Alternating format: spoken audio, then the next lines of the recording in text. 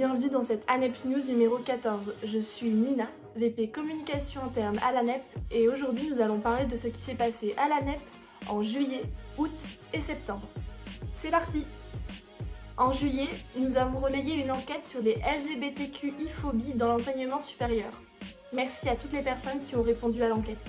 Nous avions également partagé le questionnaire de Pauline, une des chargées de mission de l'ANEP, qui avait réalisé un questionnaire sur les stages et la précarité chez les étudiants en psychomotricité. Merci à toutes les personnes qui ont pris le temps de répondre à ce questionnaire. Mi-juillet, nous avons publié un communiqué de presse traitant de l'actualité de la formation en psychomotricité. Tu peux le retrouver sur le site internet de l'ANEP. Le lien est dans la description. Nous avons co-signé avec les autres organisations représentatrices de la psychomotricité en France un courrier à l'attention de Olivier Véran, ministre de la Solidarité et de la Santé. Ce courrier traite de la situation de la formation initiale des psychomotriciens et vise à appuyer la reprise des travaux de réingénierie de la formation initiale. Nous vous avions également demandé de choisir votre thème préféré pour le congrès annuel de l'ANEP. Et c'est, comme vous le savez sûrement, le thème maternité et psychomotricité qui l'a remporté. Lors du mois de juillet, l'ANEP, accompagnée des autres fédérations signataires de la contribution grand âge et perte d'autonomie, ont réalisé un portage politique auprès d'acteurs comme Monsieur Libaud et Madame Armenteras de Saxé. Lors du mois d'août, de nouvelles fédérations de santé ont été incluses dans la contribution avec de nouvelles propositions. Vous pourrez retrouver cette nouvelle version sur nos réseaux et sur le site internet bien sûr. Passons au mois d'août. Nous avons ouvert notre nouveau site internet, plus beau et plus fonctionnel pour les personnes qui veulent nous connaître. Nous avons ensuite ouvert un compte LinkedIn pour l'association.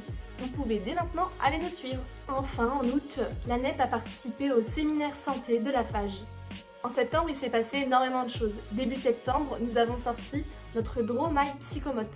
C'est une vidéo de 6 minutes qui essaye d'expliquer le plus simplement possible ce qu'est la psychomotricité. Tu ne l'as toujours pas vu ou pas partagé à tes amis et ta famille? Alors clique sur le lien qui est dans la description. Le 19 septembre, c'était la journée européenne de la psychomotricité. Vous avez été nombreux et nombreuses à partager le visuel que nous avions fait et à repartager le Draw My Psychomote, alors merci beaucoup. Les 19 et 20 septembre avaient également lieu les rencontres nationales de la FEDEP. Aline, la VPPCS, y a participé. Puis nous avons sorti l'affiche ANEP Présentation.